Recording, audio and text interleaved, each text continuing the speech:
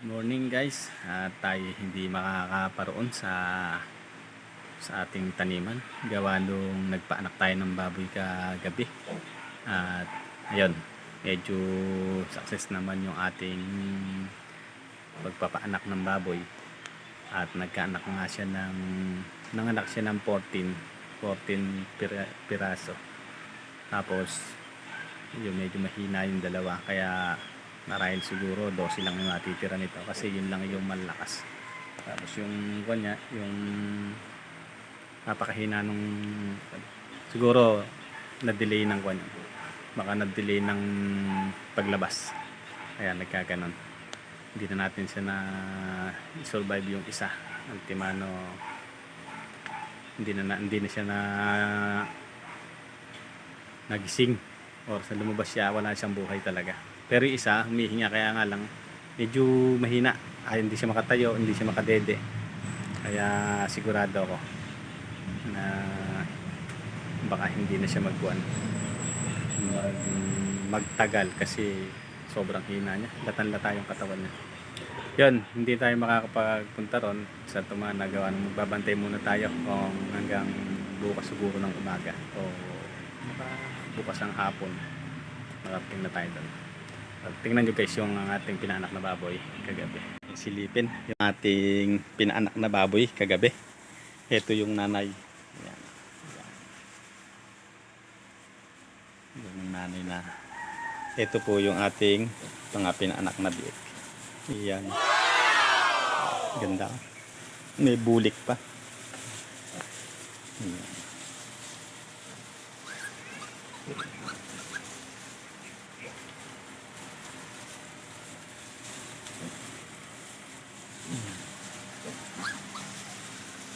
Ayun po yung isang bulik.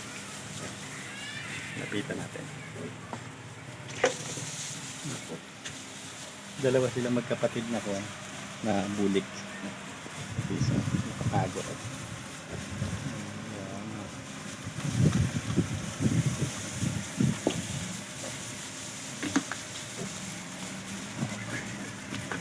Bali 14 po yung naging biik. 14 na yan, 14 biik na ganyan. Kaso medyo mahina po yung dalawa, kaya hindi na natin na i-survive. Kaya yan lang yung natira.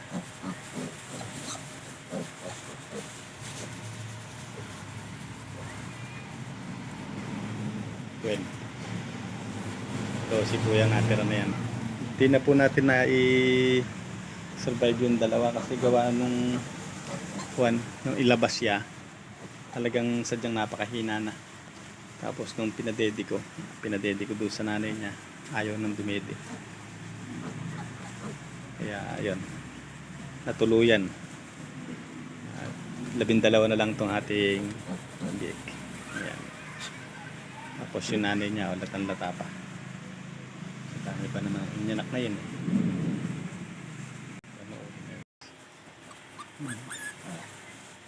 Nangungulit sila. Gusto sila pumunta rin sa daddy ng nanay nila.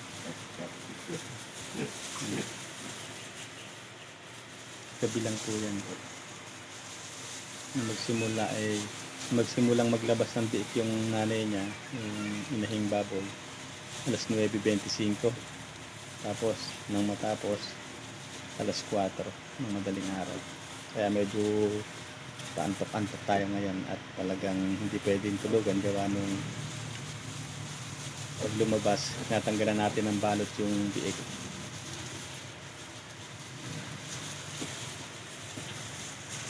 Mahaba yung biik.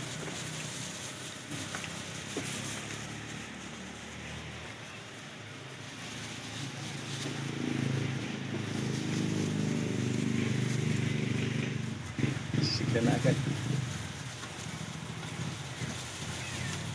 Tinanggalan ko na ng ipin kaninang umaga yun. Tinanggalan ko na ng pangil dito.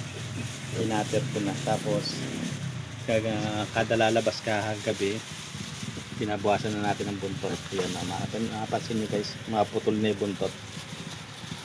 Pinapuputulan na natin ng buntot. Sobrang haba eh. Yan.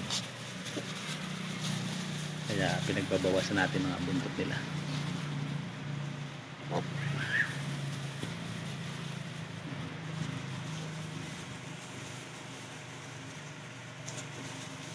Yung kanyang inini, pagod na pagod.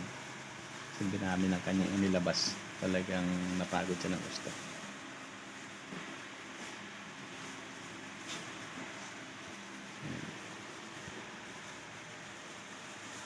Itong inahin natin ito ay kaniti.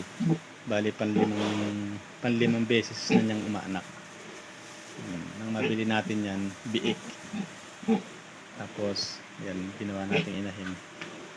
Nakakalimang anakan na siya.